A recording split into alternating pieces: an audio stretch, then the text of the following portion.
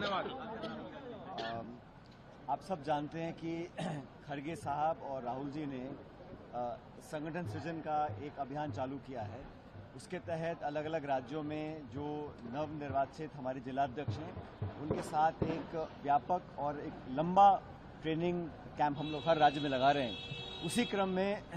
आज उस कैंप की शुरुआत होगी और कल जो पहला दिन है उसमें स्वयं नेता प्रतिपक्ष राहुल गांधी जी रायपुर आएंगे और जहां पर हमने सभी जिलाध्यक्षों को बुलाया है वहां पर दिन भर उनके साथ चर्चा होगी, अलग अलग विषयों पर संवाद होगा और मूलतः कांग्रेस की जो विचारधारा रही है, जो इतिहास रहा है और वर्तमान समय में जो राजनीतिक चुनौतियों का सामना हमें करना है,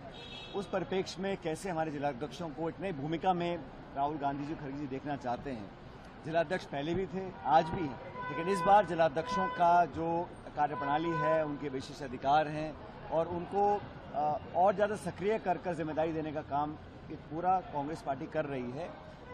अलग अलग राज्यों में कैंप हो चुके हैं, लेकिन छत्तीसगढ़ बहुत महत्वपूर्ण राज्य हमारे लिए है, पार्टी के लिए है, राहुल जी के लिए है। तो वो कल पहले ही दिन यहाँ पर आएंगे और एक खुले वातावरण में विचारों का आदान प्रदान भी होगा, संवाद भी होगा और हमारे अलग अलग विशेषज्ञ हैं जो अलग अलग टॉपिक्स पर हमारे अध्यक्षों के साथ चर्चा करेंगे। हमने कोशिश रखी है कि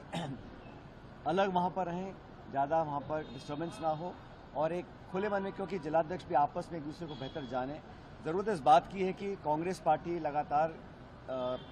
राहुल जी और खड़गे जी कहते आए हैं कि देश और प्रदेश में जो शासन लोग कर रहे हैं वो इस प्रकार के घमंड और अहंकार का राज चला रहे हैं, उन्हें परवाह नहीं है। अभी पेपर लीक का मसला जो हुआ, 22 लाख बच्चों ने अपने भविष्य को ताक पर रख दिया पेपर लीक के बाद। अब रीनीट मेरे ख्याल 21 तारीख को है, लेकिन मात्र सिर्फ एग्जाम दोबारा करा देना और जो राहुल गांधी जी ने कोटा में शुरुआत करी है,